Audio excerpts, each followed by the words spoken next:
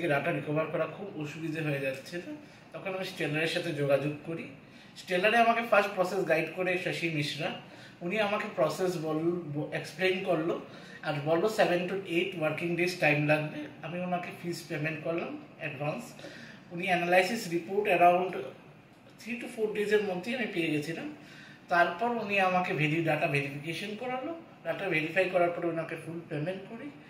Around 7 to 8 working ডেজের মধ্যে আমাকে ডাটাটা রিকভার করে 85 to 90% ডাটা আমাকে ডেলিভার করে দিয়েছে।